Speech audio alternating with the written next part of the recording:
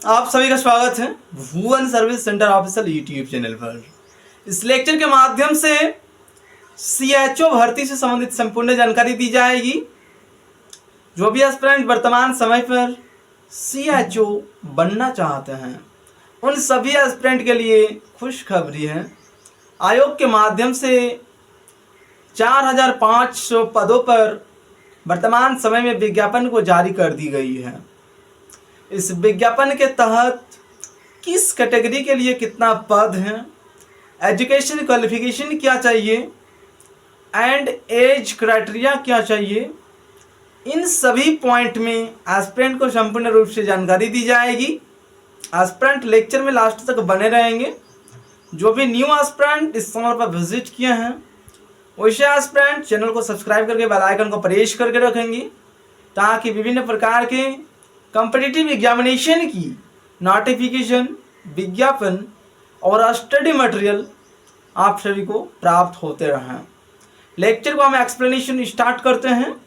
CHO recruitment से संबंधित ये वीडियो लेक्चर है।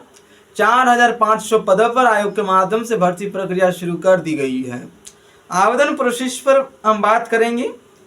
आवेदन प्रक्रिया कब से स्टार्ट हो रही है, ठीक है। फी स्ट्रक्चर पर भी बात किया जाएगा, किस कैटेगरी के लिए कितना फी है, इसमें सभी पॉइंट पर हम बात करेंगे, ठीक है। तो पहले कैटेगरी वाइज हम वैकेंसीज के डिटेल इंफॉर्मेशन को प्रोवाइड कर रहे हैं।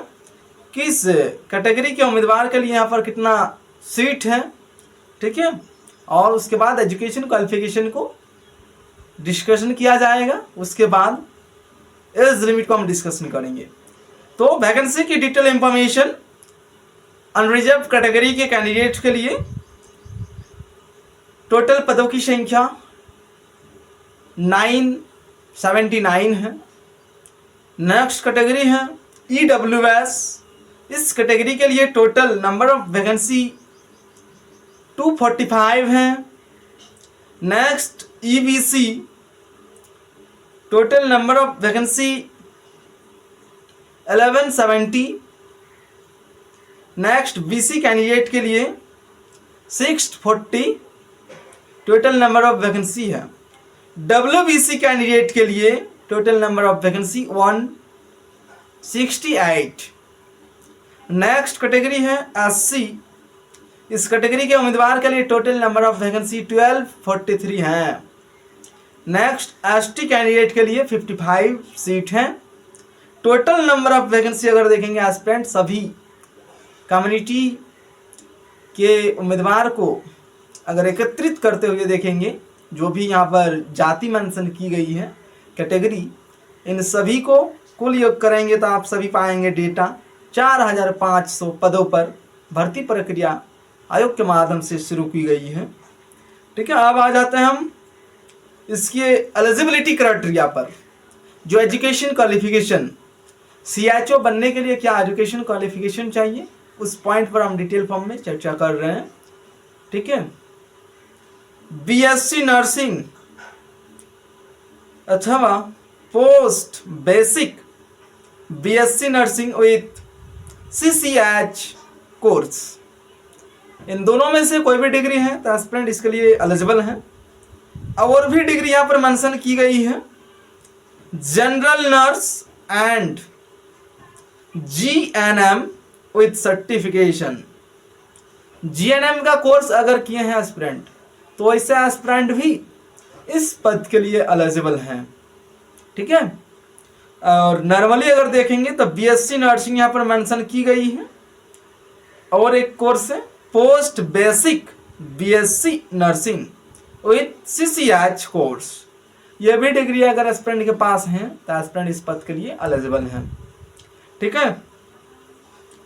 तो पोस्ट का नाम को aspirant community health officer CHO, ठीक है, ये पोस्ट नेम है।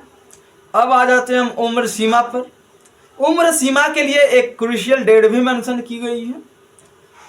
नॉर्मली एस्पिरेंट की उम्र सीमा मिनिमम 21 ईयर होना मैंडेटरी की गई है और maximum age criteria 42 year mention की गई है। 42 ईयर से अधिक नहीं होनी चाहिए उम्र सीमा, और 21 ईयर से कम नहीं होनी चाहिए। इसके अंदर में अगर उम्र सीमा है एस्पिरेंट का, तो एस्पिरेंट इस पोस्ट के लिए एलिजिबल है। इसके लिए क्रूशियल जो डेट मेंशन की गई है उसको भी जानने की आवश्यकता है। 1 अप्रैल 2025 इस वैकेंसीज के लिए क्रूशियल डेट मेंशन की गई है आयोग के माध्यम से। 1 अप्रैल 2025 के आधार पर आप सभी की उम्र सीमा को काउंट की जाएगी, न्यूनतम एवं अधिकतम। ठीक है, तो ये रही एज क्राइटेरिया। इसके बाद आ जाते हैं हम फी स्ट्रक्चर पर। जनरल, ओबीसी, ईडब्ल्यूएस कैंडिडेट्स के लिए 500 रुपया इसमें फी पेमेंट करना है, तभी एस्पिरेंट अपना एप्लीकेशन फॉर्म को सक्सेसफुली रूप से सबमिट कर पाएंगे। नेक्स्ट कैटेगरी है SC, ST. Next category mention की गई है एससी, एसटी एंड पीएच। इन 3 प्रकार की उम्मीदवार के लिए 125 रुपया फी स्ट्रक्चर मेंशन की गई है आयोग के माध्यम से। ठीक है, ऑल कैटेगरी फीमेल कैंडिडेट्स के लिए 125 रुपया फी स्ट्रक्चर मेंशन की गई है। फीमेल कैंडिडेट आप किसी भी कैटेगरी से बिलोंग करते हैं, उन सभी उम्मीदवार के लिए 125 रुपया फी मेंशन की गई है। यानी 125 रुपया फी पेमेंट करके आप सभी अपना एप्लीकेशन फॉर्म को सक्सेसफुली रूप से सबमिट कर सकते हैं। अब आ जाते हैं हम आवेदन प्रोसेस पर। एप्लीकेशन फॉर्म कब से स्टार्ट हो रही है उसको भी जानने की आवश्यकता। आयोग के माध्यम से सीएचओ रिक्रूटमेंट से संबंधित विज्ञापन को पब्लिश कर दी गई है, और यह भर्ती प्रक्रिया गवर्नमेंट ऑफ बिहार के माध्यम से शुरू की गई है। ठीक है, जो भी एस्पिरेंट इस वैकेंसी के तहत अपीयर होंगे, गवर्नमेंट ऑफ बिहार में अपनी सेवा देंगे, इसको भी जानने की आवश्यकता है। क्योंकि एस्पिरेंट भड़काऊ में रह जाते हैं, तो एस्पिरेंट निश्चिंत रहें और चीज़ों को क्लियर रूप से जानने की प्रयास करें कि चीज़ें हैं क्या। इसलिए चीज़ों को बेसिक टू एडवांस क्लियर की जा रही है और एस्पिरेंट समझने का प्रयास करें। तो एस्पिरेंट अगर इस पोस्ट के रूप में अपनी सेवा देना चाहते हैं गवर्नमेंट ऑफ बिहार में, तो निश्चित रूप से आप सभी आवेदन देंगे। आवेदन प्रोसेस से संबंधित यहाँ पर डेटा मेंशन की गई है। तो एस्पिरेंट 5 मई 2025 से इसकी एप्लीकेशन फॉर्म को ऑनलाइन मोड में सबमिट कर पाएंगे। अभी सिर्फ आयोग के माध्यम से नोटिफिकेशन को पब्लिश की गई है और लिंक को अभी एक्टिवेट नहीं किया गया है। 5 मई 2025 से सभी उम्मीदवार इस वैकेंसी में अपीयर हो पाएंगे, आवेदन दे पाएंगे।